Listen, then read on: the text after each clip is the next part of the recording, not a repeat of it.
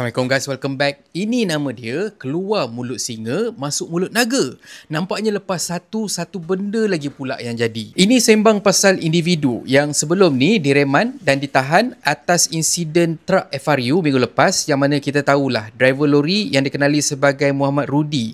Dia dah pun ditahan oleh pihak berkuasa dan dah pun dihadapkan ke mahkamah.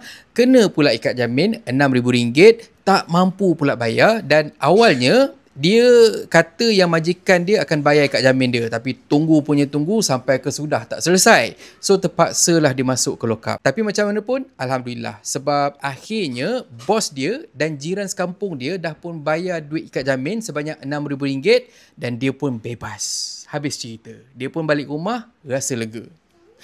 Tak, baru je selesai proses bayaran ikat jamin dan dia bebas untuk 20 minit, tiba-tiba tersadung. Tersangkut pula dia dekat depan pintu kebebasan. Sebab apa? Masa driver lori tu dia tengah uruskan pembayaran ikat jamin dia dekat Mahkamah Teluk Intan, dia ditahan sekali lagi oleh pihak berkuasa, tapi kali ni bukan pasal insiden truk FRU tu, tapi pasal kes lain pula. What?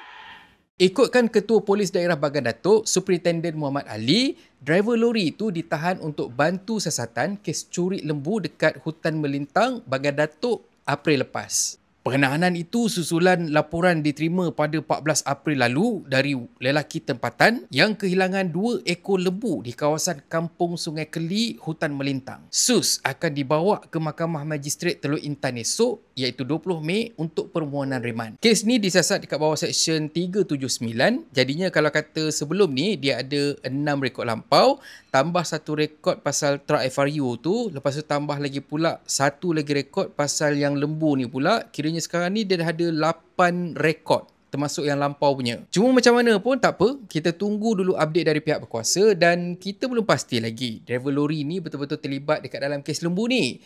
Kena ingat, selagi belum terbukti dekat mahkamah, selagi itulah kita tak boleh nak tuduh bukan-bukan.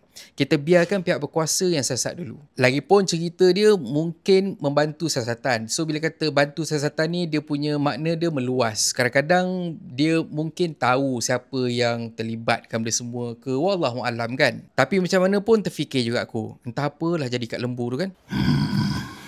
Dan hai kata pepantun, adik beli timun mentah, boleh kita buat jeruk. Kalau kita salah langkah, satu persatu Tuhan tunjuk. Dan kalau korang suka konten ada dalam channel ni, please consider to subscribe. So thank you very much for watching and have a nice day. Assalamualaikum. Ini portable radiator untuk phone yang memang aku suka, aku puas hati gila. Sebabnya yang pertama, dia portable. Jadinya tak perlulah kita nak connect dengan wire setiap kali kita nak gunakan portable radiator ni untuk sejukkan phone kita.